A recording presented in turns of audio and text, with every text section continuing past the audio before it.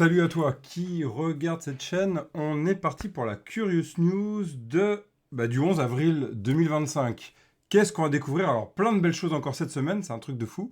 Il y a une super librairie JavaScript, trop belle. Vous allez voir ça. On va parler d'IA avec du MCP, du C Sharp, .NET 10 qui va se préparer, la Preview 3. Voilà, déjà on va parler de ça, ça va être super intéressant, et plein d'autres choses, comme par exemple peut-être la fin du Search Engine, ça peut être aussi une question qu'on peut se poser, et d'autres sujets super intéressants, comme les Digital Twins, on parle aussi de la 6G qui va arriver, on va parler aussi de Git qui a 20 ans, c'est un truc de fou, voilà, on va parler de tout ça, et qu'est-ce qu'il y a d'autre? Vous savez, on va parler de la Switch aussi, hein, la Switch 2 qui va bientôt arriver aussi, de Gus. Ouais, ça peut être sympa à voir. De Gus, de Agent to Agent, I2A. Ça va être intéressant pour nous les devs. De Novasonic aussi. Voilà. Et on va parler de MCP, comme j'avais dit. Allez, c'est le début de la Curious News. C'est parti pour 3/4 d'heure, 1 heure, on verra, suivant l'avancée. Si tu connais pas cette chaîne, je suis Evan le chat curieux, Evan Boissonneau. Et je présente une actualité une fois par semaine autour de la tech, mais sans très dev. Tout ça dans un but d'apprendre toujours, de faire ta veille. Et là, ici, on est vraiment sur la présentation de ce qui arrive une fois par semaine. Ce n'est pas que ça la chaîne, c'est aussi toute la partie développement, des tutos, des réflexions et bientôt des interviews avec des devs et des devs pour discuter autour de notre monde qui est en train de changer, mais notre monde de dev qui est toujours présent jusqu'au bout, la passion vaincra. Allez, c'est parti, on démarre ensemble. Et qu'est-ce qu'on va commencer? On va parler de toute la partie, vous connaissez maintenant le format. On va aller travailler sur la partie IA d'abord. On va discuter un peu de la partie IA. Vous avez vu, j'ai mis un super fond, super joli sous tout mimi. Je l'ai généré avec l'IA. Et j'ai demandé juste de générer, une image qui représente la curiosité avec une thématique autour des chats, avec un style tech décomplexé. Alors, je vais voir ce que ça génère. Je trouvais ça assez mignon. Ce petit chat qui fait penser d'ailleurs à un de mes chats que j'ai chez moi. Evan le chat curieux, ça tombe bien, je vais essayer de l'améliorer bien sûr par la suite. Vous voyez, il y a aussi cette recherche-là. On peut s'amuser avec ChatGPT aussi. Allez, on démarre. Alors, qu'est-ce qu'il y a à voir d'abord? Eh bien, MS, Microsoft, donc on est vraiment sur le bloc IA, est dans cette volonté de passer d'abord et avant tout travaille de plus en plus sur l'IA. Vous avez vu, on avait parlé de DeepSeek la semaine dernière, d'OpenAI, donc ça, on en avait déjà parlé. Eh bien, si je passe en Only Screen, on va aller voir quoi? On va aller voir toute cette partie où Microsoft devient partenaire. Vous allez voir, Microsoft devient partenaire, donc, de toute la partie Anthropic, hein, un vrai partenariat avec Anthropic pour créer le premier SDK pour faire du MCP. Alors c'est quoi le modèle contexte protocole? On en reparlera, mais l'idée en fait c'est d'avoir un protocole commun pour intégrer des connexions externes, donc tout ce qui va être fournisseur externe pour tout ce qui va être LLM. Donc c'est vraiment cette idée de LLM application avec tout ce qui est tool externe et de données extérieures. C'est ce qu'on appelle le MCP. Eh bien ça y est, ça va arriver. Donc voilà cette idée du modèle contexte protocole avec IO. Vous avez vraiment toute la partie SDK, C Sharp, Java, TypeScript, etc. Et vraiment comment l'intégrer. Donc je ferai des tutos très prochainement dans les semaines qui vont venir. En plus en ce moment il y a pas mal de demandes autour de l'IA, même sur la formation que je donne, sur les formations que je donne. Donc ça y est, il y a un protocole, et donc du coup, regardez, on peut aller installer ce modèle contexte protocole, on peut l'installer comme package supplémentaire de notre développement. Hâte de vous le montrer, ça vient d'arriver, c'est tout nouveau, hein, c'est sorti le 2 avril dernier. Donc, allez, on va questionner ça sur les prochaines semaines autour de ce tuto. Qu'est-ce qu'il y a d'autre à aller voir? Eh bien, il y a Nova Sonic de Amazon qui est allé encore plus loin sur la partie euh, compréhension du son. Donc, Nova Sonic, le Nova Sonic de Amazon va comprendre ce qu'on dit, mais aussi comment on le dit. C'est-à-dire qu'être capable de comprendre l'intonation, être capable de répondre avec une intonation, je trouve ça assez puissant. Et on va pouvoir petit à petit réussir à avoir des conversations humaines avec des outils non humains. Est-ce que c'est bien, est-ce que c'est pas bien? Là, c'est pas du tout la discussion.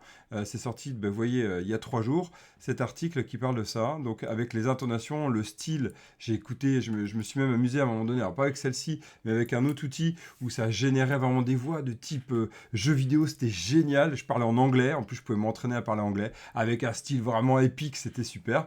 Et là vous voyez ici, I am so excited. I have been dreaming about going to Hawaii for years. Vous entendez l'intonation, c'est assez impressionnant, je trouve. Hey, can you summarize the revenue numbers? Voilà, donc on a vraiment une voix américaine là-dessus. Donc bah, pourquoi c'est intéressant pour nous les devs? Bah, c'est de réfléchir avec des outils qui puissent générer ça hein, dans la suite et donc se dire bah, tiens, comment on peut les intégrer dans notre développement. Et donc c'est ce qu'on va aller voir là. Super, donc ça c'est à noter. Qu'est-ce qu'on va noter en plus? C'est que à côté du MCP, on a un protocole pour la l'adjointing, pour tout ce qui est agent hein, de communication, que Google tente bah, bien sûr de mettre en place. C'est le A2A, le A2A, qui s'appelle donc le Agent to Agent. Donc, ce sera à nous de choisir. Je pense qu'il y aura une guerre de communication de tout ce qui va être interopérabilité pour essayer d'avoir un standard. Eh bien, voilà, il y a évidemment d'un côté Google, évidemment de l'autre côté MS. Bon, bah, à se poser la question. Donc, vous savez, il y en a plusieurs. Le MCP, donc je vous parlais avec Anthropic. Il y a le AGNTCY, hein, toute la partie Cisco. Et là, on est en train de voir donc du coup Google qui essaye d'imposer son nouveau format qui s'appelle le A2A. Donc moi, ça m'intéresse. Par exemple, j'ai hâte de pouvoir rencontrer dans cette chaîne Renaud Décode. D'ailleurs, Renaud Décode, si tu es là, ça avec grand plaisir de pouvoir t'interviewer. Je te pose la question. Et puis on en discutera en interne pour faire cette interview. Ça m'intéresse d'avoir ton point de vue là-dessus et de voir comment on peut intégrer ça et qu'est-ce que ça peut donner. Ce qui est sûr, c'est qu'on a vraiment des protocoles qui sont en train d'émerger.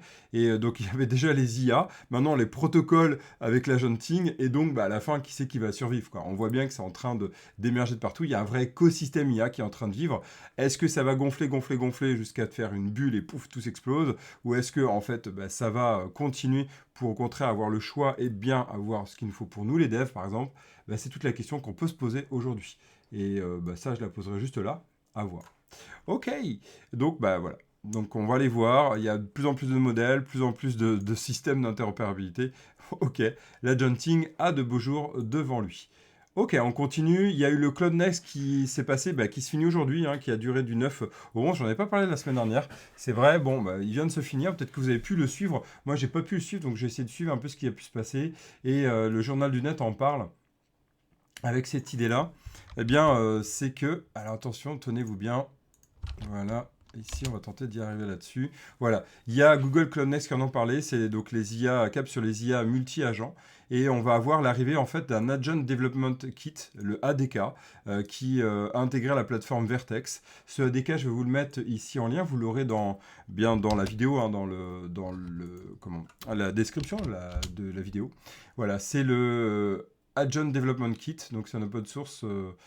AI, de Agent Framework, qui va permettre d'être intégré à Gemini et Google. Donc, vous voyez, il y a un pip install, donc c'est avec du Python, et on va pouvoir installer ce Google ADK pour aller bah, travailler avec le multi-adjunct architecture. Donc pareil, ça c'est des points qui vont m'intéresser énormément dans les prochaines semaines, prochains mois, et j'ai hâte de pouvoir tester ça, de voir ce que ça peut donner.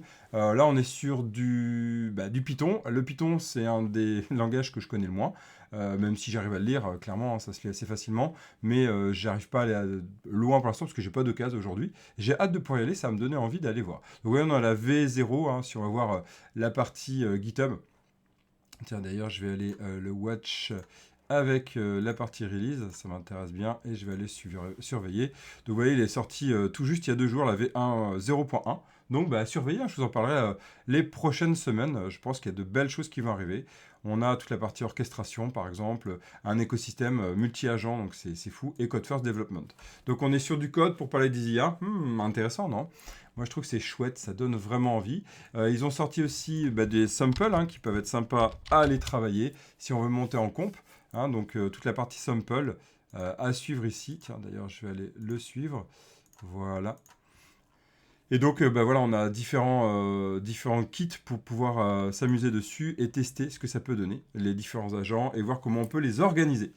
Yes, ça donne envie, non, je trouve, sur la partie code. Moi, dès que c'est du code, c'est bon. Ok, et voilà. Ils en parlent aussi du côté cloud, sur le cloud Google. Hein, je vous montre sur le cloud Google, le Vertex AI, donc voilà, avec Google Cloud hein, qui en parle, et du multi-agent. Donc on est vraiment sur ce côté agentic, je fais exprès, hein, donc agenting, hein, avec donc l'ADK, l'Agent Engine, le I2A dont je vous parlais, et aussi être capable de récupérer par exemple des standards, donc être quand même aussi près sur le MCP. Donc c'est bien, il y a cette idée d'être global, de proposer le protocole, mais aussi d'être ouvert à d'autres protocoles. C'est sûr que ça va être important. Voilà, donc on en discutera. Vous voyez ici, on a vraiment une possibilité d'aller interroger from. Donc là, on a du JS, quoi. On va pouvoir aller interroger tout ça. Ça va être super chouette ce qu'on va pouvoir faire. Hâte de pouvoir tester ça et même d'être capable d'aller connecter. Vous voyez ici, ça me fait penser ici de ce qu'on peut voir à N8N. Hein. J'ai hâte aussi de pouvoir le mettre en place. Hein. On est en cours de mise en place du côté de notre entreprise Dev2B Curious. Ok, je vais vous parler maintenant de Gus. J'en avais parlé. Gus, ça fait sympa. Hein, Gus aussi. Gus, c'est un nom qui s'appelle pour Google Unified Security.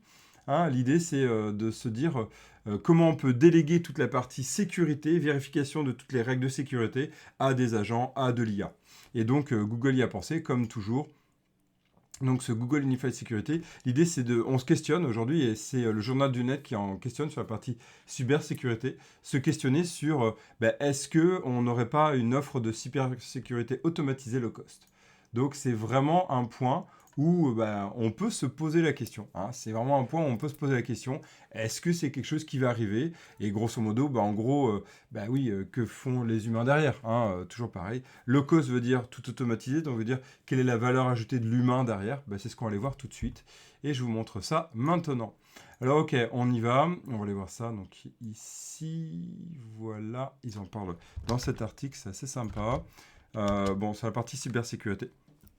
Donc toujours pareil, c'était lors du Google Cloud Nest, hein, un ex qui en en parlait. Voilà, la startup israélienne de sécurité cloud de Google s'était offerte pour la coquette somme de 32 milliards de dollars. On voit qu'il y a une bulle énorme là-dessus, donc moins dépendant des humains. Et puis, on va avoir les analystes, on peut se poser la question, est-ce qu'ils vont avoir des soucis à se faire? Non, parce qu'en fait, nous n'allons pas détruire, simplement changer le mode de fonctionnement. Hein, cette idée-là, les analystes finissent par démissionner au bout de 6 à 9 mois pour évoluer vers des positions plus intéressantes. Ça coûte cher d'entraîner tout ça, donc l'idée c'est d'avoir un socle d'IA et avoir des humains dessus qui peuvent profiter de ce socle-là niveau sécurité. Donc intéressant de voir qu'on peut avoir des pistes là-dessus. Ok, alors qu'est-ce qu'il y a d'autre maintenant qu'on peut aller voir, dont on peut parler? Eh bien, on va aller discuter ensemble de toute la partie mode agent du côté Copilot dans Visual Code. Et ouais, on a Cursor qui est déjà prêt depuis un bon moment, qui s'est appuyé sur un moteur VS Code pour développer son moteur avec de l'agenting, etc. Eh bien, enfin, on a notre ami VS Code qui arrive avec une partie agenting. Je vais vous montrer comment faire. C'est ici, ils en parlent dans une Ubuntu Unhook, ici, on en parle bien sûr sur d'autres sites. C'est la version 1.99 qui le propose, et même avec un lien avec le MCP. Alors comment on fait? Vous activez ça avec le Chat Agent Enable, ici, et vous allez pouvoir, comme dans Cursor, choisir votre agent. Soit un agent qui est global, attention, bien sûr, envoyer toutes les données, je dis bien sûr, parce que souvent on oublie, mais en même temps, bien sûr, c'est à penser. D'ailleurs, je ne sais pas si vous avez regardé l'émission sur France 2 qui en parlait hier, super intéressante, je trouve, c'était Cache Investigation, et qui en parlait de ça, oui, nos données, elles vont où? Elles vont chez les Américains ou chez les Chinois, en tout cas, pas chez les gens, mais bien sûr sur les États, j'entends, et faut qu'on fasse vraiment gaffe à ça, et on va avoir la possibilité, en fait, de choisir des agents IA, locaux, donc éviter d'aller poster ça partout. Et oui, la sécurité, c'est un point qui est essentiel, et souvent, on l'oublie. Stylé lunettes, merci, c'est cool. J'utilise le mode agent de VS Code avec l'Insider. Oui, tout à fait. L'Insider, je l'avais téléchargé, et donc là, l'Insider, c'est ce qui va arriver après dans VS Code, et super, ouais. Ça marche vraiment pas trop mal. J'ai pas encore eu le temps de l'installer. Mon Dieu, je l'ai installé, mais de le tester vraiment. Cursor est déjà installé. C'est vrai que j'avoue, je suis plus sur Cursor, même si VS Code est encore là. J'ai hâte là de le mettre vraiment sur mon VS Code directement sans passer par l'agenting. Clair. Donc voilà, vous avez possibilité donc de l'activer comme ça, et il a pris en compte, ils en parlent ici, hein, donc voilà, vous pouvez questionner, lancer, faire du vibe coding, on en reparlera à la fin de cette session aujourd'hui. Est-ce que c'est bien ou pas le vibe coding? On en a déjà parlé plein de fois, hein.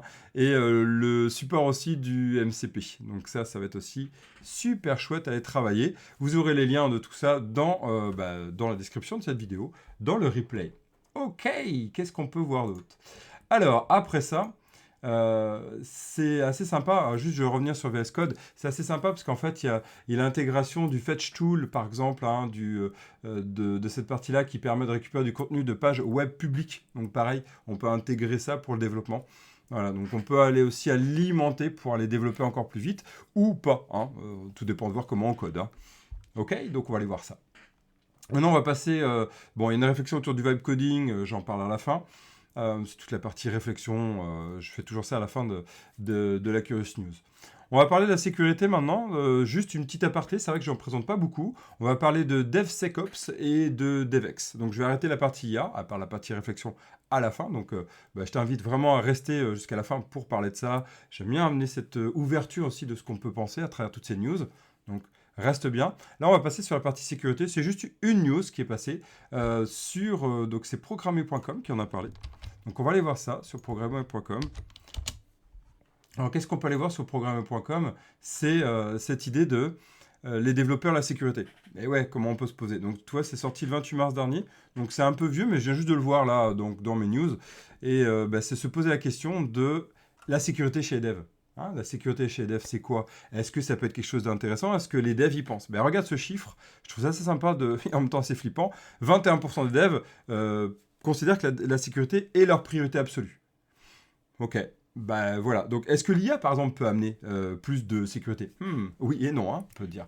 99% des participants ont eu accès à des formations dédiées à la sécurité. Franchement, moi, j'aimerais bien les voir. Parce que j'en ai pas rencontré beaucoup. Donc, est-ce qu'ils font partie de... Je sais pas. Ça m'intéresse. Je vais pas télécharger. Hein. Là, c'est juste le résumé. Donc, je suis en train de vulgariser une vulgarisation. Mais il y a, si tu veux aller voir, hein, il y a, si tu veux récupérer la DevSecOps Evolution, tu peux le récupérer en mettant, là je le ferai un peu plus tard, tiens, je vais le faire en live. T'imagines, je vais le faire en live. Extraordinaire ce live. Waouh, là, CAO. Ok, et je vais le récupérer. Voilà, on l'a là. Donc ils en parlent là. Je vais aller lire ça en détail parce que je suis assez interrogé de me dire que est-ce que vraiment c'est autant. Alors on voit quand même que Security Focus, c'est que 12% des organisations. C'est assez flippant. On le connaît, ça fait depuis hyper longtemps. On voit que quand une mature sec DevOps, c'est 30% des organisations. On peut se poser la question de ça. Donc il y a 30% que des 30%, il n'y a que 12%, c'est ça. Et 50%, 60% quand même, sont orientés DevEx. Donc avec un retour, avec des outils qui sont intégrés dans les IDE, avec vraiment l'idée d'orienter pour la partie sécurité. Et donc, du coup, vraiment y penser. Donc ça, c'est un point qui est important du côté dev. Et donc, il y a 4 étapes qui sont préconisées. Hein. La première, c'est d'essayer de vraiment d'être intégré au développement. Mais ça crée un goulot d'étranglement. Donc ça peut agir comme un frein. Donc c'est peut-être pas ça qui est sympa. Et c'est l'idée d'aller plus loin. Il faut alors aller axer sur la sécurité. Donc là, c'est détecter. L'AppSec détecte les vulnérabilités. On peut par exemple utiliser, je ne sais pas si vous avez vu sur Copilot, hein, sur GitHub, je vous le montre si vous ne l'avez pas déjà fait. GitHub, Copilot, voilà, sur notre site d'entreprise. Je vais vous montrer. J'ai pas de PR actuellement, il faudrait que je vous le montre quand même, c'est assez sympa. C'est quoi mon prochain? Bon, bref, je vais vous montrer là sur un des retours. J'avais utilisé. Alors, est-ce qu'on voit? J'aimerais bien qu'on le voit, ce serait sympa. Est-ce qu'on le voit là? Non, ma PR. Zut, si, vous voyez. GitHub Project Automation. J'ai utilisé en fait le Copilot pour faire ma review. Je voulais vraiment tester. Donc la personne qui fait la review avec moi, mon associé Anthony, n'avait pas pu le faire, je l'ai fait. Donc du coup, c'est sympa de voir que on peut utiliser ça pour le faire. Donc ça peut être vraiment top. Et oui, très bientôt, vous allez voir un nouveau site de Dev2BeCurious qui va arriver. J'ai hâte de vous le montrer. Et donc, on a vraiment utilisé ça dans la review. Je vais vous montrer la pull request. J'espère qu'on peut la voir dans les clauses. Ça peut être sympa. Voilà, dans les clauses. Voilà, toute dernière. Normalement, on la voit. Non, c'est pas celle-là. Je crois que c'est pas celle-là, c'est celle-là. Je crois que je l'ai utilisée sur les reviews. Regardez, voilà, reviewer. Hein, on peut la voir là, reviewer, copilot. Et donc il m'a sorti deux trucs que j'avais complètement zappé, quoi. Super. Alors pourtant j'avais fait attention, hein, et complètement zappé. Donc copilot review 200 sur les... Donc ça peut être vraiment bien sur la partie sécurité aussi. Voilà, c'est cette idée-là aussi. Je trouve que c'est vraiment à questionner. Hein, c'est vraiment à questionner sur ça. Merci pour le like, c'est cool. Voilà, donc allez-y. Donc on revient sur l'idée dont je parlais. Zut, j'ai perdu fil où mon OBS. Voilà. Ok, donc après on va passer à la DevEx, hein, qui va vraiment intégrer, comme ça nous permet d'aller plus loin sans perturber le flux de travail. Donc c'est plus un goulet d'étranglement. Et après on va vraiment aller sur la maturité, hein, vous avez vu, donc ce qu'on avait vu dedans, c'est 30% des entreprises qui sont actuellement, elles se pensent comme ça. 28% du temps consacré à la sécurité, sur la résolution de fixation fixer des failles. Et 45% du temps est dédié à faire du code sécurisé. Donc, important, c'est un point vraiment essentiel là-dessus, selon moi, et on peut vraiment avoir une plus-value, selon moi, en tant que dev. Voilà, petit aparté sur la sécurité. Allez, maintenant, on passe à quoi? Alors, on passe à quelque chose d'assez sympa. On passe aussi à un point qui va pouvoir donner envie pour vous, les devs qui développez des jeux vidéo. J'en fais partie. Eh bien, c'est quoi? C'est, oui, moi je développe pas pour l'instant sur la Switch, mais c'est prévu, hein. Bah, vous savez que la Switch 2 va arriver et bah, il y a le SDK qui est en train d'arriver. Eh oui, il y a le SDK qui est en train d'arriver. Et donc, bah, on peut se questionner, tiens, qu'est-ce qui peut être sympa? Est-ce qu'il est sympa? Est-ce qu'il donne envie? Vous savez, c'est à chaque fois ça pour les nouvelles sorties. Je me rappelle, il fut un temps, c'était la PS. On pleurait sur la PS. Les premiers SDK, c'était juste horrible. Pareil sur, sur les anciens, par exemple la Wii. Juste horrible à coder avec. Moi, j'ai pas eu l'occasion, j'ai codé un tout petit peu un outil, mais j'avais pas développé complètement un jeu là-dessus. Bref, et donc, bah, il y a Civilization 7 qui va sortir sur la Switch. Rappelons quand même que à partir du 5 juin, la Switch va être obsolète. Elle va aller doucement vers sa retraite. Et ça, c'est quelque chose qu'on peut aussi anticiper. Et donc, du coup, on va les voir. Il y a donc Civilization 7 qui va arriver. Qu'est-ce qu'on peut noter là-dessus? Alors, pour les devs, hein, vraiment, jeux vidéo, Civilization 7 va arriver, quoi. Et je trouve ça assez sympa de se dire ça. Et elle s'estime extrêmement heureuse de cette nouvelle console, selon le producteur exclusif de la franchise. Qu'est-ce qu'on peut noter dedans? Il y a des points à noter. Donc, il y a... Alors, c'était écrit où? Je l'avais noté où? Je l'avais noté... Je sais que je l'avais noté sur l'arrivée. C'était pas là. C'était pas là. Il y avait un nouveau processeur NVIDIA. Il y avait un écran massif de 8 pouces, 120 Hz de fréquence de rafraîchissement et la possibilité d'employer les Joy-Con comme souris. Voilà, donc ça donne vraiment une bulle de rafraîchissement. Et ça peut être aussi sexy pour aller avancer dans notre développement et passer d'un Civilization 2, vous voyez là ici, on le voyait là en petit schéma, à Civilization 7 qui va être présent a priori sur, vous voyez, première image, présent sur la Switch 2. Voilà, et puis il y a bien sûr d'autres deux qui vont arriver. Par contre, bah, le prix, hein, c'est 470 €. Donc, est-ce que ça peut être intéressant ou pas pour vous? Eh ben, c'est toute la question aujourd'hui. Alors, Copilot ne me sert que pour du perso. J'avais pas vu, excuse-moi, ton message. Mais la sécu est importante car je manipule des données de santé. Ah oui, oula, oui, clairement. La suite est dispo quand en grand public? Bah, grand public, ça, c'est une bonne question. Ça, c'est vraiment une bonne question. Je pense pas pour l'instant. Je pense qu'il va arriver, hein. Le kit est excellent. Là, c'est les premiers tests, hein. C'est les premiers tests de... Ah oui, c'était là. Les premiers tests du SDK. À voir si je mets SDK Switch 2.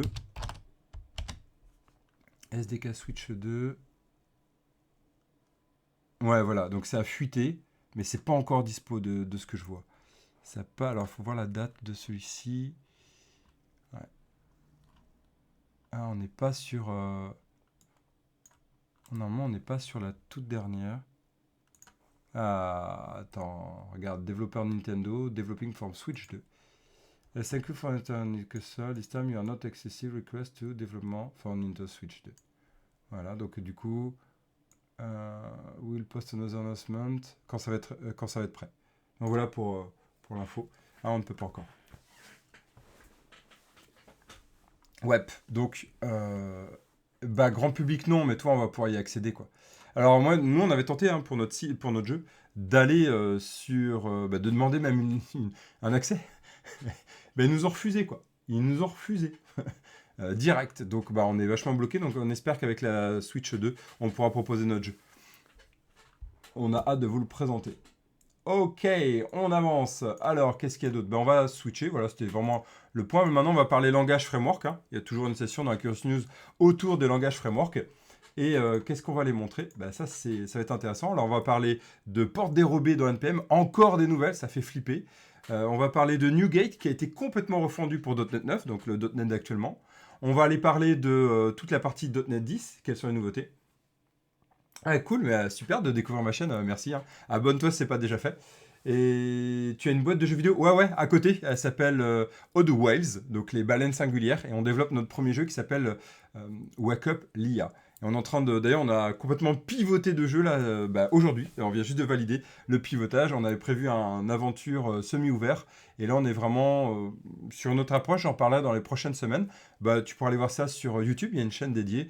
Je communique hélas pas assez, parce que je communique plus pour Dev to be Curious et la Curious Academy. Et sur cette chaîne, le chat curieux. Mais ouais, carrément. Et je vais recommencer à faire des vidéos très très prochainement. Ça fait 2 ans qu'on a commencé le jeu. Et donc là, on a pas mal de matière, mais là, on est en train de le repivoter pour un jeu un peu plus court, plus dynamique. On en reparlera.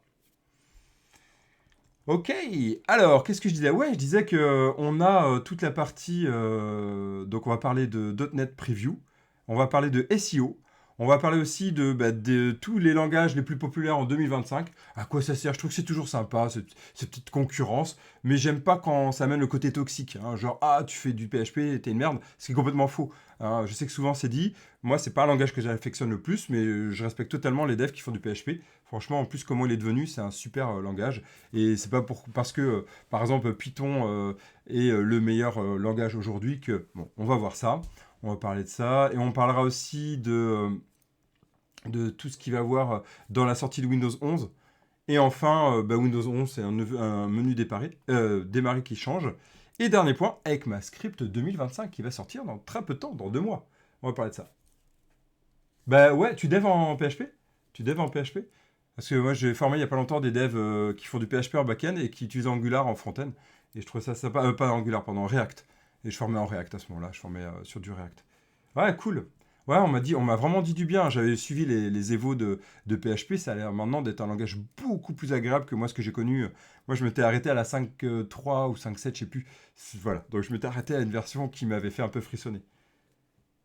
Cool. Top, ouais, TypeScript, super langage selon moi. Et C Sharp, bah yes, bienvenue. Tu verras, il y a des tutos hein, sur Evan le chat curieux, donc surtout profites-en. Et j'ai prévu d'en refaire d'autres. Oh, tu fais du Godot?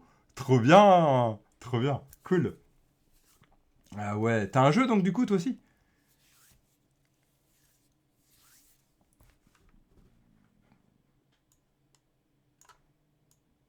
Bah tu vas me dire, ouais, on a fait notre toute première version du jeu, c'était en Godot. C'était en Godot, donc c'était top.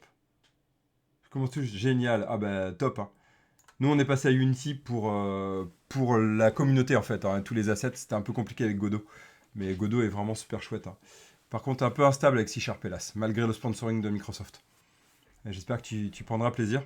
Sinon, tu as le langage officiel un peu à la Python de Godot, qui est un peu plus stable, mais par contre plus haut niveau. Yes, belle aventure. Hein. Si tu as des infos à communiquer et tout, un grand plaisir de partager. Puis si t'es pas sur le Curious Academy Discord, hein, viens, ça sera avec plaisir de discuter ensemble. Hein. On a un Discord, on est plus de 450 là actuellement pour discuter là-dessus. Donc viens avec plaisir pour parler de ton jeu et de parler de code et de dev. Hein. Un grand plaisir.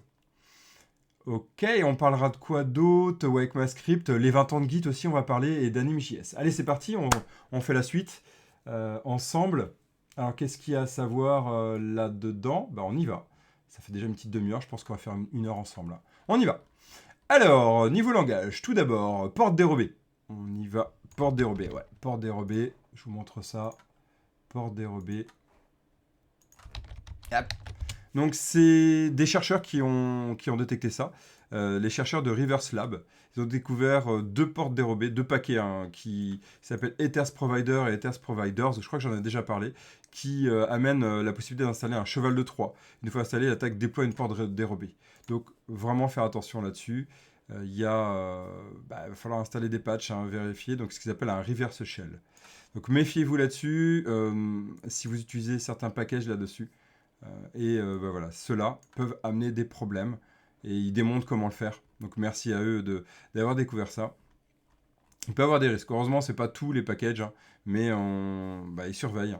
Et c'est pas la première fois. Donc on parlait de sécurité avant. Hein, vous voyez le lien. On parle de sécurité. Donc on fait attention.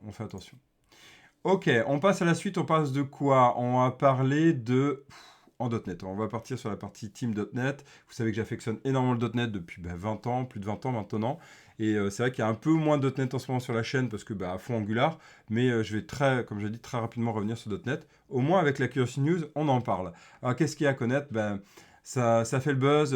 Nick Chapsas en a parlé. Milan Jovanovic, si vous connaissez la newsletter de Shop, qui est vraiment sympa aussi, qui en a parlé. Ça y est, ça vient d'arriver. C'est le choix du développeur qui s'occupe de Mediator et d'Automapper, par exemple. Il a décidé de passer tout ça en payant. Donc ça met un choc dans la communauté, puisque il y a beaucoup de projets qui utilisent Mediator, par exemple, ou Automapper. Et pour continuer à vivre de ça, il a décidé de passer ça en payant. Ah bon, il y a un aspect business aussi derrière, il y a toujours une justification de, je ne connais pas ces choix vraiment profonds, est-ce que c'est un choix réel ou pas. On va partir du principe que, oui, il a le droit d'en vivre, et puis ma foi, ok quoi. Et donc, ça pose la question de, est-ce que on peut continuer avec. Alors, comment on fait? Il y a plusieurs propositions de ce que propose Milan ici. Si vous n'êtes pas abonné, je vous invite à vous abonner à sa newsletter, elle est vraiment top. Vraiment top. Souvent quali en plus, quoi, souvent, elle est tout le temps quali, et c'est vraiment top. Donc il y a Mass Transit, Mediator, Automapper. Ça fait beaucoup de développeurs qui utilisent et développeuses. Et quel est le choix? Eh bien, le choix, c'est de se dire, oui, il y a déjà un futur qui est prévu.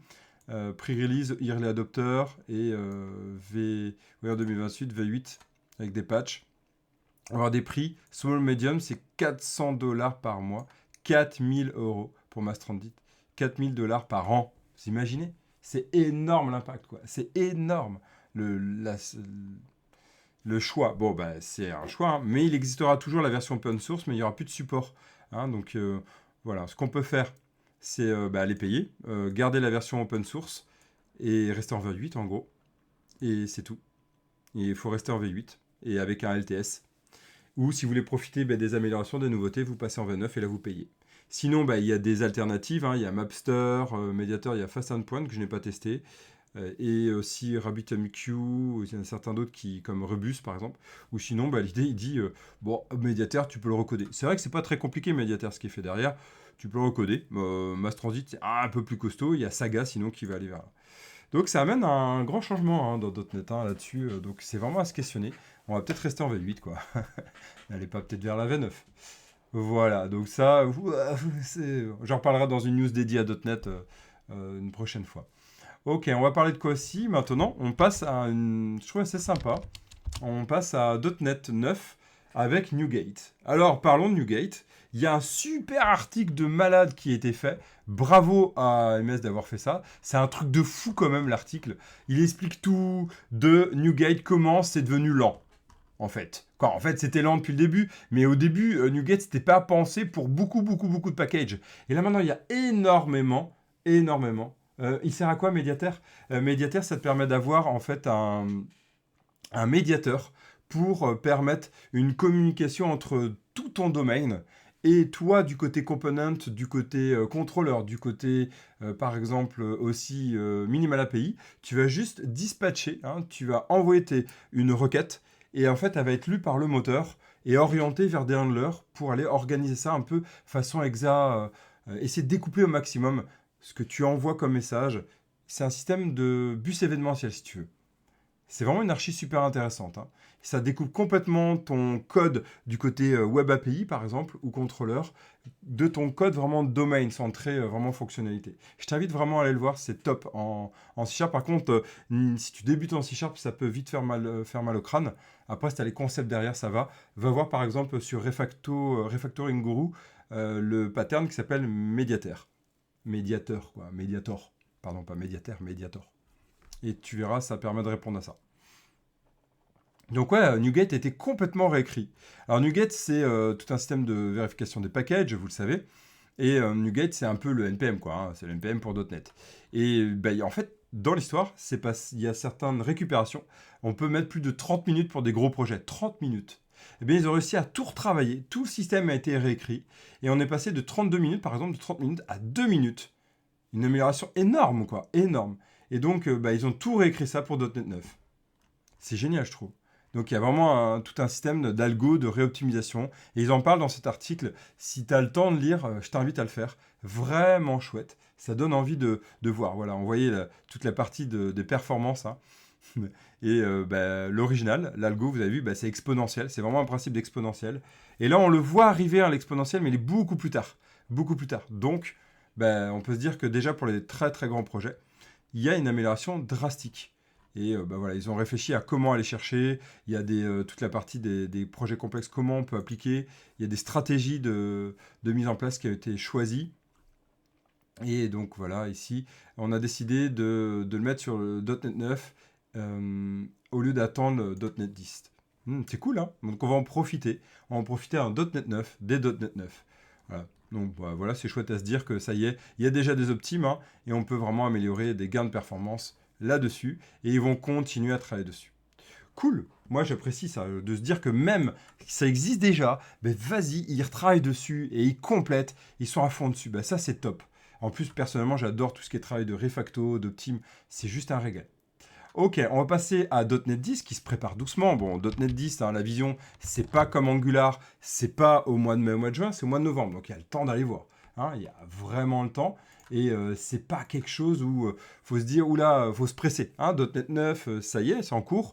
.NET 10, c'est novembre. Donc préparons-nous doucement à y arriver. Hein, tranquillou, bilou. Bon, on va aller voir. Il y a des belles choses qui arrivent, par exemple en C# 14. Allez, c'est parti, on va aller voir ça. Alors, qu'est-ce qu'on peut voir sur .NET Preview? Zut, je ne vous l'ai pas mis là. J'ai pris le mauvais lien. .NET Preview, c'est quoi? Bon, il y a pas mal de belles choses. D'abord, un point à noter, on va aller voir tout de suite, c'est le C# 4. Il y a deux choses à prendre en compte. Le C# 4, c'est quoi? Il y a le New Condition Assignment. Ce n'était pas possible avant. Donc le C# 14, pardon. Avant, on ne pouvait pas faire, là, ici, on était obligé de faire, si on avait un new label possible, là, sur Age, customer.edge, on ne pouvait pas le faire, on est obligé de faire if customer n'est pas nul, à ce moment-là tu peux faire customer.edge. Ben maintenant on peut faire customer.interrogation.edge. Ça paraît tout con, ça fait depuis longtemps qu'on l'attendait, bah ça y est, hein, ça y est, et je trouve ça top, enfin pour la .NET 10, donc pour C# 14. C'est tout con, mais ça fait du bien. Les membres d'extension, là ici on va pouvoir même étendre, alors celui-ci, donc on peut vraiment améliorer tout ce qui est extension. Hein, donc dans la preview 3, on supporte les static méthodes, les propriétés d'instance et les static properties. Donc on va pouvoir étendre pas mal de choses. Regardez, ça y est, c'est en train d'arriver. Ça y est, le mot-clé extension qui est en train d'arriver. C'est trop bien. Ça fait depuis longtemps qu'on l'attend, depuis longtemps, très longtemps. Très longtemps. Donc C# 14 introduit extension block. Hey hey, j'en parlerai dans une news dédiée à .NET hein, quand ça va sortir, mais ça va faire du bien. Donc on va pouvoir étendre même juste des méthodes. C'est cool, ça fait du bien. C'est nouveauté. Ok, qu'est-ce qu'on peut noter d'autre? Alors, le F#, il y a quelques petites améliorations. VB, aucune feature pour l'instant. On sent bien que VB, ça reste, mais ça évolue plus trop, hein, j'avais dit. Ça reste toujours. Hein. On va pouvoir, dans les WebAssembly, maintenant, par défaut, le streaming est, dans les réponses est autorisé, hein, est validé. Donc ça, c'est pareil, on voit qu'ils sont à fond dans le Blazor. Et le support là, de tout ce qui est validation dans les minimal API est prévu. Maui full screen vidéo, donc ça y est, ils ont rajouté ça. La geolocalization autorisée, c'est cool. Et autrement, on a le interactive option qui est interactif, donc on n'est pas obligé de le mettre maintenant, parce qu'en fait, ils travaillent vraiment sur la partie AOT. Donc ça, c'est des points à surveiller. Ok, et ils améliorent toujours hein, toute la partie AOT, d'optimisation AOT. Donc ça avance tout doucement, petit à petit. Allez, on passe à la suite. Ça fait déjà un petit paquet de temps qu'on est ensemble. Merci d'être toujours présent, présente. C'est cool. Je pense qu'on va tenir 1 heure. Ok, alors, qu'est-ce qu'il y a à voir maintenant? On continue.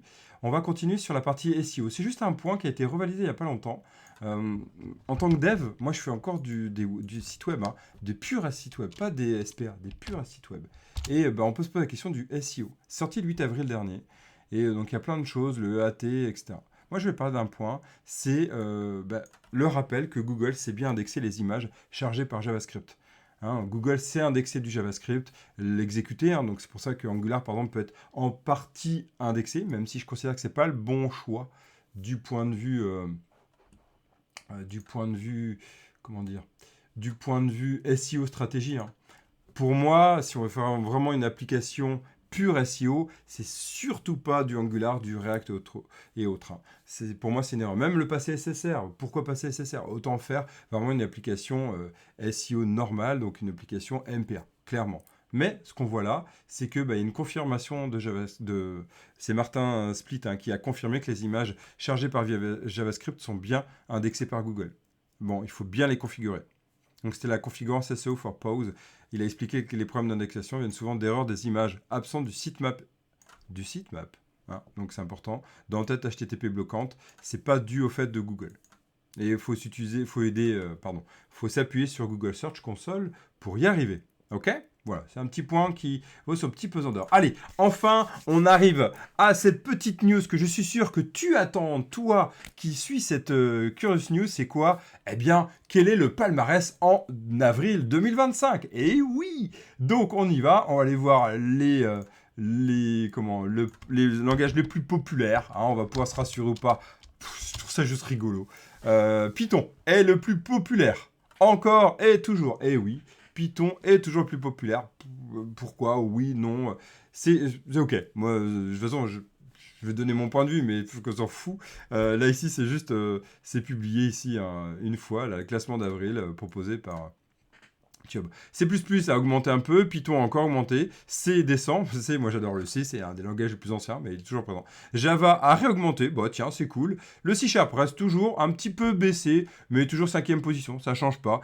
Par contre, le JS, hein, il a vachement évolué ou baissé, et selon ces stats-là, on a un JS qui était là, pareil, en 2024, mais pourtant, il fut un temps, JS était en première. Ça dépend en fait des stats qui sont faites, ça dépend en gros des sites qui le font. Mais on voit que le JS reste en 6e position. Ça n'a pas trop changé. Voilà. Et PHP, tiens, il était en 17e en 2024, il est remonté à la 13e. Youhou. Scratch, tiens, Scratch aussi, c'est sympa de se dire ça. Il est en train de remonter. Bon, Scratch, c'est assez sympa à faire. Et on va noter que Rust qui est un langage qui est à la mode, que Microsoft utilise. Eh bien ouais, PHP, ouais, c'est pas encore... ça remonte, hein, c'est cool. Hein. Et Rust, on voit qu'il a un peu monté, mais pas énorme. Hein. Pas énorme malgré tout. Et COBOL, moi j'adore. COBOL a remonté un peu. COBOL, quoi. Il y a encore des formations à COBOL. Ada, mais c'est dingue de mettre Ada, quoi. 15e, il était 24e en 2024, il est remonté à Ada, quoi. Ada, c'est vieux, c'est très vieux. Ok, soit, moi je trouve ça juste géant de savoir ça. Ok, on passe à la suite. On passe à Windows 11 qui vient de sortir sa nouvelle build. Bon, Windows 11 quoi. Moi je suis en Windows 10 ici et j'ai pas du tout envie de passer. Hélas, mon PC, hein, hélas, mon PC, mon PC portable est passé de force en Windows 11. Hein. J'éteins le PC le soir, j'avais mis non. Hein. Je redémarre le matin, il y a eu la mise à jour qui a été faite. En fait, il était resté en veille, j'avais pas vu, c'était pas complètement éteint. Mise à jour faite.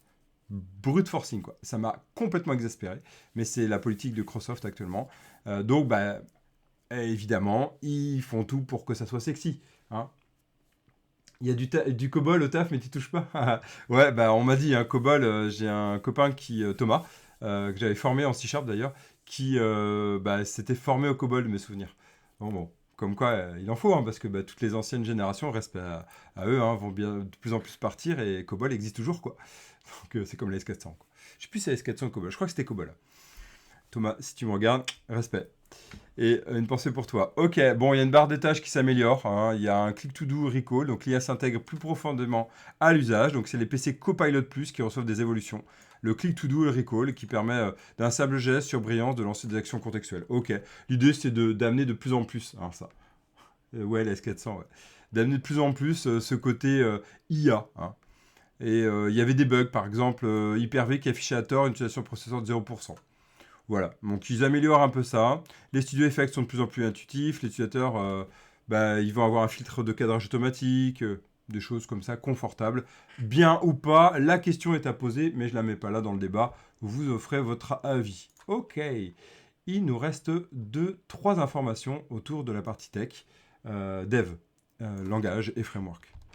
On va se préparer à JavaScript 2025. Vous savez que maintenant, chaque année, c'est la nouvelle sortie.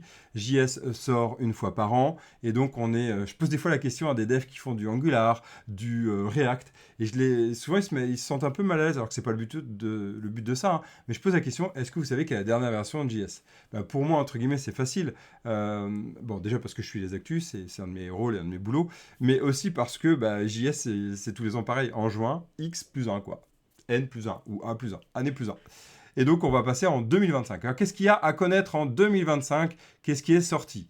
Alors, là, il y a tout l'historique de ce qui était sorti. Rappelons quand même qu'en 2024, la 15e édition, donc c'est ES15, En 2024, il y avait les promesses.withresolver qui arrivaient pour la construction. Il y avait le objet.groupby, j'en avais parlé, et map.groupby qui arrivait. Il y avait le white async et le isWellForm. Ça, je n'utilise pas encore cette partie-là. Et qu'est-ce qu'on a d'autre? J'étais en train de voir c'est où ils en parlent. Ils en parlent pas. Je cherchais où était sorti. Ils n'en parlent même pas là. Bon, c'est pas grave. La 25, qu'est-ce qu'il y a? Le 7. Ils ont rajouté Added Method to Set Prototype. Donc le 7, vous connaissez peut-être, j'en ai parlé lors de la dernière vidéo que j'ai faite sur un tuto autour d'Angular. Et on a un nouvel itérateur global. Donc on va pouvoir travailler dessus pour itérer avec le 7.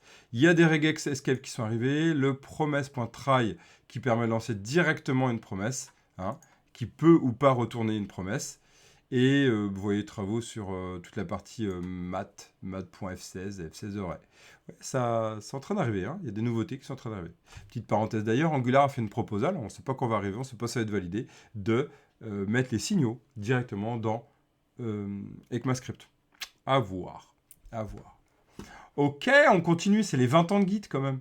C'est les 20 ans de Git. Alors là, je remercie Human Coders, partenaire, un grand partenaire avec qui je travaille depuis de nombreuses années, qui aussi sort des nouveautés, c'est super chouette, on peut s'alimenter comme ça les uns les autres, qui a détecté ça dans une news.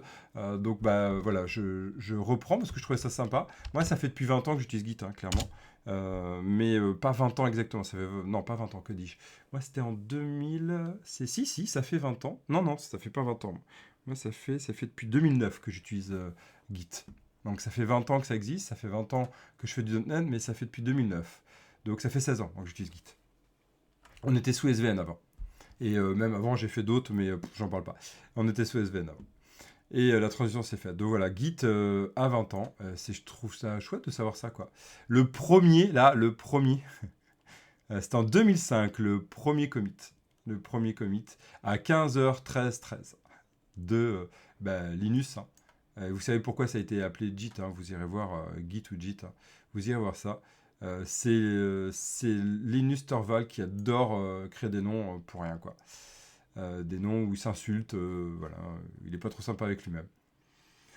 Vous irez voir ça, donc voilà, il y a toute l'évolution, il y a des sites là-dessus, il y avait le père de Git, c'était Beekeeper, il y en a plein d'autres, le premier commit, je trouve ça sympa de se dire, il s'est envoyé ça lui-même, ok, top. Voilà, donc on a plein d'autres choses. Maintenant, il y a des belles évolutions. Vous voyez ici, c'est Git Butler qui parle de ça. Donc évidemment, bon, je vais faire de la pub pour Git Butler. J'ai aucune commission, c'est juste qu'ils en parlent, donc respect à eux. On y va. Voilà, Git Butler. Ils améliorent toute la partie branching. Ça améliore, vous voyez, les interfaces. C'est plus sympa. Il y a des virtual branches même. Donc ça, je ne l'ai pas du tout testé. Donc moi, je vais aller tester dans ma veille. Hop, voilà, c'est mis. Ok. Version 1.7, vous imaginez, c'était loin. Dis donc ce site, on voit vraiment que c'est ancien. On voit vraiment que c'est ancien. Est-ce que c'est sympa ou pas? Vous irez voir. Mais sympa que cette news arrive, ouais, je trouve 20 ans, quoi. Moi, en tout cas, je me dis, punaise, ça fait tout ce temps que je lève. Bref, mais j'adore toujours autant Git. Vraiment. Je trouve que c'est l'un des meilleurs outils qui existent. Git a des limites, évidemment. Par exemple, quand on fait des jeux vidéo, Git a des limites, des limites très vite, on sent vite. Par exemple, quand on veut travailler avec des gros fichiers. Donc il y a Git LFS, par exemple, si vous connaissez Git LFS, qui permet de pallier à certains problèmes, si vous n'avez pas travaillé ça, pour éviter de travailler sur les grands, voilà. Git Large File Storage, peut-être que vous avez déjà vu travailler. Vraiment, c'est un des points quand on travaille sur des de gros fichiers, par exemple des images, tout ce qui est modeling, tout ce qui va être son, ça peut vite monter. Ouais, tout à fait, Perforce, ouais, tout à fait. Nous, on utilise Git. On utilise Git vraiment parce que l'habitude du dev, on travaille qu'avec Git. Donc Perforce, ouais, clairement. Moi, j'utilise pas, j'ai jamais testé. Parce que trop l'habitude de Git, en fait. Et je voulais pas changer le moteur. Mais ouais, je sais que c'est un qui est recommandé aussi du côté jeux vidéo. Il gère bien toute cette partie-là. Hello, remarque, salut. Ouais, c'est la base, ouais. Bah nous, c'est Git, c'est la base. Donc, comme quoi, ça dépend. Mais je sais qu'il y a beaucoup de studios qui l'utilisent. Même si toi, dernièrement, j'en avais encore rencontré un studio que j'avais formé, ils utilisaient Git. Ils avaient abandonné Perforce, je sais plus pour quelle raison, mais c'était passé à Git. Comme quoi, ça dépend. Là-dessus, à voir. Ok, mais on voit qu'il y a pas mal de systèmes qui permettent d'amener d'amener toute une partie design hein, qui permet à des non-devs d'apprécier le système.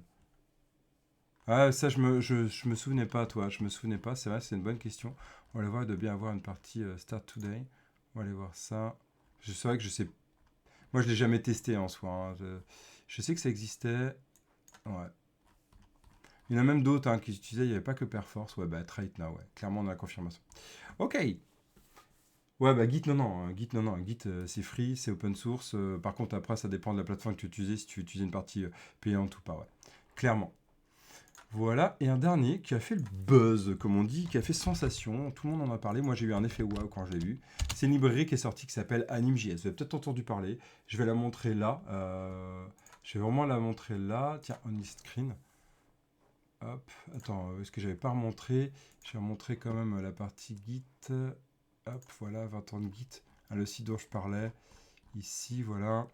Et c'était tout, voilà, c'était ça. C'est le site dont je parlais, hein, c'était Git Butler. Voilà.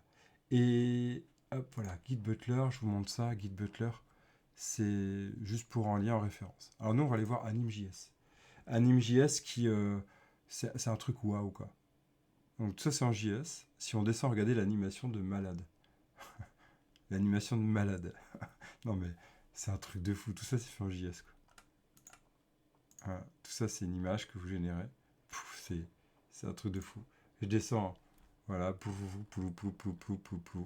Voilà, bah, vous le testez jusqu'au bout. On peut descendre. Voilà, tout ça.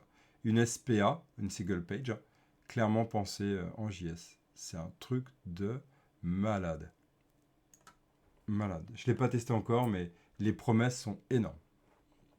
Waouh. Waouh. Donc, animejs.com. Ok? Allez voir. Top. Allez, on passe au dernier point, découverte et réflexion. Puis on a fini, ça nous fera une bonne heure, hein, je pense, hein, c'est à peu près le format. J'essaie de faire à peu près une heure, on va un tout petit peu dépasser le format. Donc j'essaie d'aller un peu plus vite. Alors, niveau découverte, qu'est-ce qu'il y a? Je ne l'ai pas testé, je ne suis pas dev Python comme j'avais dit. Je vous montre, pour les dev Python ici, qui veulent faire du Flutter.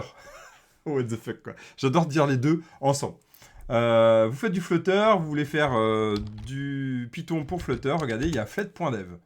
Donc, multiplateforme app avec Python pour Flutter. Voilà. Donc, vous développez en Python, ça génère avec Flutter. Ok, voilà. Ça vous intéresse, allez voir. Je ne l'ai pas du tout testé. C'est un framework qui permet de faire ça. Vous allez écrire en Python et générer. Regardez, c'est du code. C'est du code que vous écrivez pour générer du Flutter. Donc, Flutter qui permet après d'aller déployer sur multiplateforme, quoi. OS, iOS et Android. Truc de fou. Truc de fou. Donc, allez-y si vous connaissez. Moi, je vais le mettre dans ma veille, en tout cas à tester plus tard, si un jour j'ai le temps, je le souhaite de tout mon cœur. Je mettrai dans mon Trello par la suite. Autre point à discuter, un point juste découverte, réflexion, ok. C'est pourquoi en tant que dev? En tant que dev, on fait des applications, donc on pense potentiellement 6G qui va arriver. La 5G donc est déployée, elle est toujours en cours de développement, et en fait il y a la 6G de déploiement, pardon, la 6G qui va arriver avec des débits atteignant donc le terabit par seconde. C'est un truc de malade, une latence quasi nulle et une interopérabilité sans précédent. Faut que j'arrête avec ce mot parce que c'est chiant à dire quand on est en live. Parce que quand on n'est pas en live, on peut couper et refaire, mais là, voilà. Mais j'ai réussi à le dire, je suis content. Je suis content. Et donc, qu'est-ce qu'on peut avoir? Donc, il y a des innovations radicales, notamment en matière de gestion thermique et de conception des infrastructures. Pourquoi? Parce qu'en fait, il va avoir une plus grande sensibilité à l'épaisseur des murs, par exemple. Hein, ça va être un point crucial. Et donc, du coup, aussi, ça peut amener une fréquence différente. En plus, la fréquence n'est pas encore prévue. C'est une future bande, la FR3, de 7 à 15 GHz. Et donc, ça réduit la portée du signal. Et oui, hein, c'est des grandes ondes, donc clairement, ça réduit la portée. Et donc, comment on va faire pour le traitement du signal? J'ai une licence TIS pour information, 3615 ma vie, donc ça m'intéresse toujours quand je vois des signaux, même si je ne suis pas allé là-dedans. Comment ils font pour préparer tout ça, pour préparer la 6G? C'est ce qu'ils appellent les jumeaux numériques. Je ne sais pas si vous connaissez les jumeaux numériques. C'est, je trouve, assez sympa. On appelle ça donc en anglais Digital Twins. Je trouve que c'est plus joli, Digital Twins, que jumeaux numériques. Bref, c'est toujours le côté anglais. Les jumeaux numériques, grosso modo, en fait, c'est prendre un objet. Le jumeau numérique, ben voilà. également appelé Ben, super, il est en train de dire ce que je suis en train de dire. Le jumeau numérique, l'idée, en fait, c'est de prendre l'objet de matériel et en fait, aller le dupliquer du côté numérique et de pouvoir tester ça numériquement. Donc ça réduit drastiquement les coûts, ça permet de tester ça beaucoup plus efficacement, et donc ils vont tester ça, et ça existe depuis un moment, hein, mais ils le développent de plus en plus. Et donc il y a deux grandes familles qui sont présents, hein, de jumeaux numériques. Il y a les button-up et toute la partie top-down. Alors, avec cette partie-là, on va pouvoir construire des modèles de production grâce aux IA. Et là encore, c'est intéressant. Là, on voit l'efficacité. Je dirais, il y a des côtés où on a peur que ça pète notre travail, ça nous bouffe tout. Et moi, je dis là, au contraire, ça peut révolutionner notre travail. On ne parle pas de toute la partie éco, hein, écologique, tout ça, c'est pas du tout le cas. Moi, je parle vraiment du point de vue conception, POC, recherche et développement, c'est génial. Et toute la partie top-down, hein, et donc là, c'est des secondes générations basées sur la simulation. Ils appellent ça l'usine 4.0. On parlait il y a très peu de temps de la 3.0. On a la 4.0. Donc là, on va pouvoir utiliser ça pour aller diminuer complètement nos tests. Et il y a même une étude de 2022 des Digital Twins où il y a 43% des répondants pensent que les solutions rendent obsolètes les tests physiques. Je m'appelle... Et donc, voilà, cette partie-là, allez la voir si vous le souhaitez. Ça, c'est en cours et ils l'utiliseront pour tester la 6G. Ok, dernier truc. J'étais hier, donc du coup, 3615 ma vie, mais je trouve intéressant. J'étais hier devant la télé, de temps en temps, j'y vais. Et là, il y avait un sujet qui m'intéressait beaucoup. C'était un sujet sur France 2, donc de Cache Investigation, qui parlait de l'IA. Est-ce que c'était bien ou mal? C'est toujours cette question de confrontation entre les deux. Cache Investigation, quoi. Côté positif, côté négatif, côté hyper négatif à penser. D'ailleurs, ils avaient interviewé, Matt Cass était toujours présent, ils avaient interviewé un médecin qui prenait vraiment l'IA, de ce que ça pouvait servir pour la détection de cancer, etc. Toutes ces idées-là, en fait, d'innovation, qui disaient que, en fait, tout ce qu'on faisait du côté européen, c'était bien, mais c'était très limitant. Oui, je sais. Mais je suis vieux, donc que veux-tu, je respecte ma vieillesse. J'ai 41 ans, et donc c'est normal, quoi. Hein. Merci. Donc tu dois être jeune, a priori. Tu dois être jeune, mais tant mieux pour toi. Et c'est cool. Ou peut-être pas. Hein. Ça se trouve, tu connais la rêve parce que tu as mon âge ou... À voir. Bon, moi en tout cas, j'assume totalement mon âge.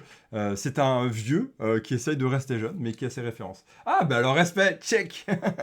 Top. Mais ouais, je sais bien, mais je veux pas me travestir. Hein, je veux pas me travestir. Je dirais que ça permet aux jeunes de connaître les références des vieux. Hein. Ils savent pas ce que c'est rembobiner une cassette avec un crayon. Hein, on le sait bien. Nous, on le sait. Mais oui, carrément. Oh permets-toi, hein, quel qu'en soit, permets-toi. Moi, je suis totalement open avec ça. J'ai ma fille qui est assez jeune, elle me permet d'apprendre tout ce qui se passe maintenant, c'est trop bien. Mais la génération entre ma fille et la génération, je dirais, des jeunes adultes aujourd'hui, je l'apprends aussi et puis c'est cool. Moi, ça me va, c'est totalement, j'apprécie beaucoup.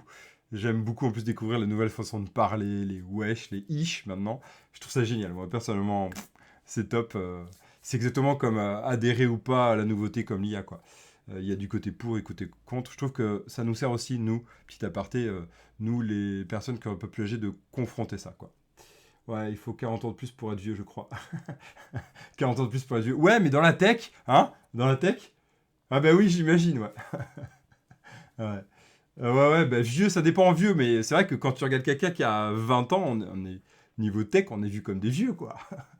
Mais non, je suis d'accord, c'est pas vieux, on est d'accord. Team 40. Clairement. Moi, je pense c'est dans la tête, hein, comme on dit. Hein. Mais, comparé aux jeunes aujourd'hui où tout fuse, où ils voient qu'à travers l'IA, les LLM, tout ça, ils pensent comme ça. Bref, je reviens sur le sujet, mais c'est cool. Et il parlait, en fait, cette personne, c'était un médecin qui disait que l'IA Act et tout ce qui se passe en Europe peut être vu comme un frein sur le fait que ils veulent trop protéger, en fait, les données. Et en même temps, il disait, attention, du côté données sensibles, tout ce qui est médical, eh bien, aujourd'hui, on va utiliser beaucoup les LLM américaines ou l'LM américain, et tout ce qui va être language, hein, et tout ce qui va être chinois, il faut faire hyper gaffe parce qu'en fait, on envoie nos données là-bas. Pourquoi? Parce qu'en fait, aujourd'hui, on n'a pas encore d'acteur IA qui est vraiment prédominant en France. C'est pas encore présent, ça arrive pas à percer, parce qu'on a peut-être trop aussi de volonté de contrôler. Et c'est bien, moi je trouve, moi je suis fier d'être en Europe pour ça, ce côté où on pense à l'éthique avant de penser au fric, moi c'est vraiment quelque chose qui est vraiment bien. Mais attention. Et donc il disait, bah, ça serait bien qu'il y ait enfin une émergence. On a quasiment loupé toutes les émergences, hein. Le Minitel, on était les premiers, c'est cool. Puis après Internet, bah, c'était plus nous. Le mobile, on a tenté, on a loupé. Qu'est-ce qu'on pourrait arriver à l'IA? Moi, je pense que c'est trop tard. C'est mon point de vue. Eh bien, il faudrait faire gaffe. Comment on peut avoir une IA qui a de la valeur en France, quoi, en Europe? Bah voilà. Et donc, bah, toutes ces questions-là, c'est à poser. Et pourquoi je dis ça? Bah, c'est qu'à un moment donné, ils ont parlé de quelque chose, moi, qui aujourd'hui est un peu dans ma réflexion. Dans, je sais pas, dans aussi un peu le Evan qui code, qui se dit qu'il code. Moi, j'ai codé pour des filiales de Total, par exemple. Alors, j'étais ravi de pas coder, de former, par exemple, de former pour. C'était vraiment ravi parce que je leur ai amené bah, comment mieux coder, etc. Mais derrière le fond, bah, je me sentais pas super bien en fait. Moi, Evan, hein, je critique aucunement les entreprises, mais moi, Evan, je me sentais pas bien parce que j'ai des valeurs éco qui sont très fortes, que j'arrive pas à faire résonner à travers les devs. L'IA, c'est une saloperie du point de vue, pardon de le dire, mais c'est mon point de vue, mais c'est prouvé, c'est une saloperie du point de vue écologique. Et en plus, tous les fonds d'investissement aujourd'hui, ils vont pas du côté éco, ils vont du côté IA. Hein. Je sais plus le ratio, ils le disaient hier. C'est énorme la différence. Hein. C'est du 1%, je crois, ou 1 pour 1000. C'est un truc de malade. Et sans en faire un ouais, vive l'écologie, tout ça, non, c'est pas du tout ça. Mais ben, en fait, je me dis, est-ce qu'il n'y aurait pas possibilité d'aller ben, faire du dev pour de la tech un peu meilleure? Et bah hier, ils en ont parlé. Alors moi, je me sentais comme un newbie là-dedans. Je me dis, tiens, mais je ne connaissais pas. Je suis persuadé que vous connaissez, peut-être de votre côté, mais moi, je ne le connais pas. Donc je l'amène comme découverte. Data for Good. Rediriger la technologie au service de l'intérêt général. Bah ça me parle. Alors attendez, voilà, je remonte le screen parce que Data for Good, ouais. Je connaissais pas en fait. Sans doute c'est connu. Oh, bah Evan, tu connaissais pas. Bah tant mieux, vous connaissiez. Moi en tout cas, je connaissais pas. Et j'étais ravi. De toute façon, on peut pas tout connaître. Hein. Et je suis ravi en tout cas de l'apporter ici. Moi, ça a de la valeur ça. Donc je me suis mis tout de suite à rejoindre la communauté. Et puis bah, je vous en parlerai. Peut-être que je ferai un projet là-dessus. J'ai des idées de projets en fait qui sont là, qui sont en train d'émerger. Et je me dis, ben voilà, moi du côté éco, du côté citoyen, alors plus du côté écologie, aide des animaux, tout ça, je réfléchis à ça. Pourquoi pas? Et j'ai vraiment envie. Donc voir s'il n'y a pas déjà des projets ou proposer des projets. Moi je suis dans plein d'idées. Ben voilà. Et même de l'IA quoi. Donc voilà, je vous en parlais dans la découverte. On arrive doucement, voilà, on est en train de dépasser le format d'une heure, donc je vais avancer ça. On arrive sur les réflexions. Bah, c'était une des premières réflexions. Est-ce qu'on pourrait pas rediriger la tech au service de l'intérêt général plutôt qu'au service de l'intérêt de certains qui ne pensent qu'au fric ou qui pensent à faire, bah, vous savez, hein, tout ce qui se passe aujourd'hui.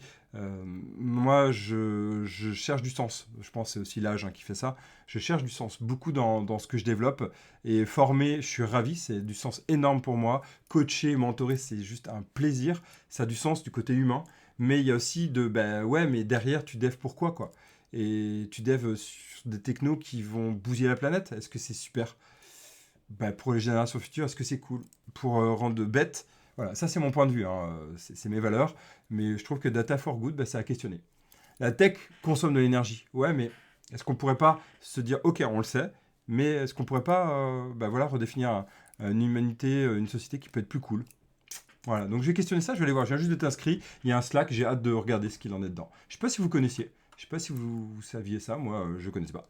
Donc je suis ravi, ils en ont parlé hier bah, sur Cache avec Investigation, donc merci d'en avoir parlé, c'est cool. Alors, qu'est-ce qu'il y a d'autre que je vais questionner? C'est les deux derniers points pour ce format-là. Il y a une question de la fin des search engines. Alors c'est juste une question qui a été chopée hein, sur eCombinator, quelqu'un qui a posé ça sur Hacker News comme question. Est-ce que vous utilisez encore les outils de recherche? Et là, il dit, bah écoute, donc c'était il y a 3 jours, la personne dit, David de Q, je sais pas quoi là, il dit, écoute, bah, aujourd'hui, je remarque que mon comportement a changé depuis quelques mois. Maintenant, j'utilise beaucoup plus, et exclusivement même, ChatGPT pour faire des recherches. Et je trouve ça intéressant de se dire ça. C'était Renaud Descodes hein, qui en parlait aussi. Il disait bah, peut-être qu'on arrivait à la fin. J'avais vu un titre, il en avait parlé une de ses news. Est-ce qu'on n'arriverait pas à la fin, on n'arriverait pas à la fin en fait du SEO tel qu'il est, donc des recherches sur Google. Moi, je pense pas. J'ai encore des habitudes de recherche sur certains trucs très précises, parce que j'ai pas confiance dans les LLM, par exemple, dans ce qui sortent. Voilà, c'est un mix. Je ne sais pas ce que vous en pensez. Voilà, j'ouvre le champ des possibles, des questionnements. Euh, euh, voilà, il y en a qui disent que si, au contraire, tu peux le faire. Je vois par exemple Bing, vous savez, Bing, j'en ai parlé la semaine dernière, a repensé tout son système de recherche, a intégré beaucoup plus l'IA. Ben là, c'est bien, il y a tout le système de vas-y, je te donne toutes les infos, toutes les sources. Et ça, moi, j'adore parce qu'on peut critiquer ce qui est sorti, hein, surtout les jeunes générations qui vont trop facilement croire les IA. Et quoi, les IA, les LLM, parce que c'est pas intelligent comme d'habitude. Mais voilà, tout ce système-là, faut faire gaffe. Eh bien, c'est bien pour amener les sources, moi, je trouve, à critiquer. Parce qu'autrement, bah, vu qu'on sait que tous les systèmes. Tu fais un mix des deux? Ah, ok, ouais. Une option de recherche avancée.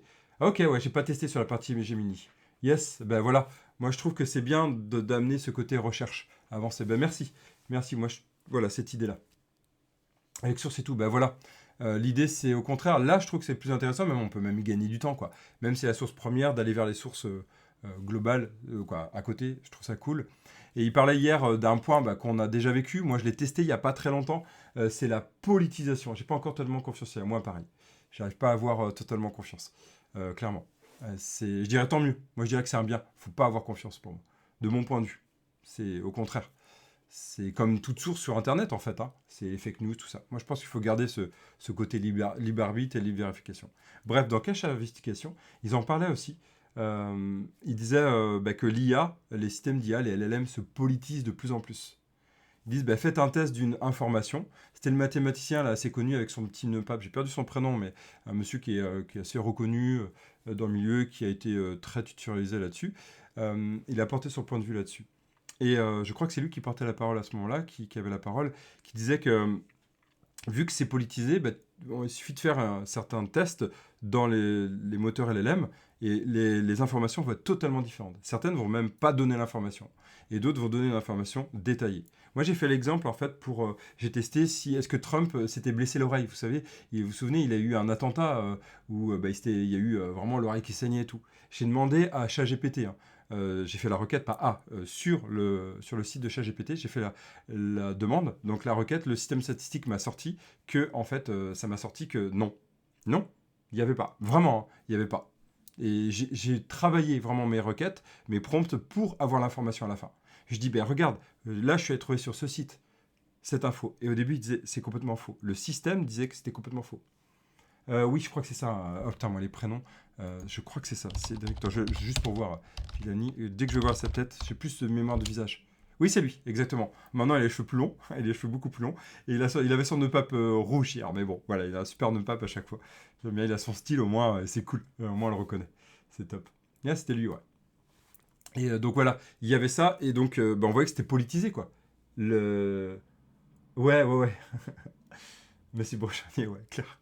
Et donc, bah, ça a été vraiment de voir ça. Moi, je l'ai vraiment vécu, quoi, avec le LLM chez GPT. Et ça, c'est assez flippant. Donc, voilà, c'est ce question-là. Donc, est-ce que Founders Engine, s'il y a ce système de sources, je trouve ça mieux. Et enfin, le dernier point, c'était ça. Voilà, et je vais finir par là. Bon, il y a Vibe Coding toujours, hein, mais j'en parlerai pas, vous savez ce que j'en pense. Voilà, une question qui est assez sympa, qui a été posée, sympatoche, tiens, sur Journal du Net. C'est open source vs propriétaire, qu'est-ce qui gagne au match des levées de fonds? Moi, je trouve que c'est assez sympa. Et à votre avis, hein? À votre avis, c'est penché sur les performances des startups qui ont fait le choix de l'open source et celles comparées qui ont fait le choix de propriétaire. À votre avis, c'est qui gagne au match? Moi, je trouve ça sympa comme question, non? Bon, vu qu'il y a un petit décalage, je sais pas quand vous allez choper l'info, mais ouais, on peut questionner, hein. Bon, bah là, vous pouvez peut-être lire un peu. Mais non, c'est écrit encore lequel de ces modèles est plus performant. Proprio. Toi, tu penses Proprio. Ok, ok, Matka. Donc là, c'est le fonds d'investissement Serena publie le 10 avril une étude que JDN s'est procurée. Cette étude a été menée par Mathieu Lavergne, hein, un partenaire. Donc, pareil aussi. Ok, ok. Ben moi aussi, je pensais ça. Ben moi aussi, je pensais ça. Et en disant ça, je pense que vous avez compris. Hein? Ben en fait, non. C'est un truc de fou. Moi, je m'attendais pas à ça. En 2024, les entreprises ayant opté pour ce modèle, donc l'open source, ont levé 26,4 milliards de dollars via 211 opérations. Donc c'est énorme. Les entreprises open source affichent des meilleures performances. Truc de fou, non?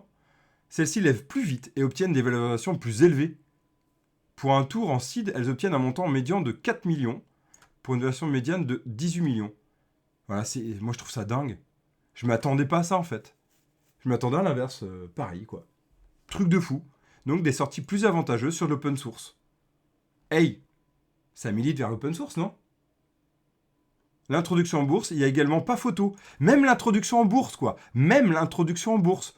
Lors de leur IPO, donc les montées en bourse, les spécialistes d'open source atteignent une valorisation médiane de 1,3 milliard contre 171 millions de dollars pour les autres. Mais ouais, c'est trop bien, mais je suis tellement d'accord. C'est génial. Moi, je trouve ça génial. Et une partie de moi qui... on fait un peu de propriétaire chez Dev2Because, mais on fait aussi l'open source. Il y a un projet là qu'on est en cours de développement pour les prestataires de formation. Ça va être du open source pur. Ben ouais, carrément. Je suis tellement d'accord avec toi. Ouais, ouais, MS... bah, je lis pour ceux qui sont sur Twitch. Hein. MS, ouais, il a vraiment propulsé aussi pour l'open source. Malgré ce qu'il y en a qui disent, leurs détracteurs. Voilà, donc je trouve ça cool. Ça amène une réflexion de se dire, est-ce que mon projet pourrait pas aller vers là? Ouais. Ben ouais, cool, carrément. Ouais, ouais. Depuis WSL, ouais, ça fait plaisir. Voilà, donc c'est une question. Est-ce que je pourrais pas amener mon projet vers l'open source grâce à ça pour mes fonds d'investissement pour les startups? Hey, je vous rappelle, l'idée c'est aussi de penser à l'épanouissement des entreprises. Hein, comment on peut s'épanouir? Ben, faites de l'open source. Ah, vous avez peut-être gagné niveau fond. Voilà, bon, on a dépassé un peu le format initial. Hein, on est à 1h10. Mais bon, normalement c'est le format 1 heure. Hein. C'est 1 heure de Curious News, entre une demi-heure et 1 heure. Quand il y a beaucoup de news, là il y en avait pas mal. Voilà, on a fini. Clap de fin pour cette Curious News.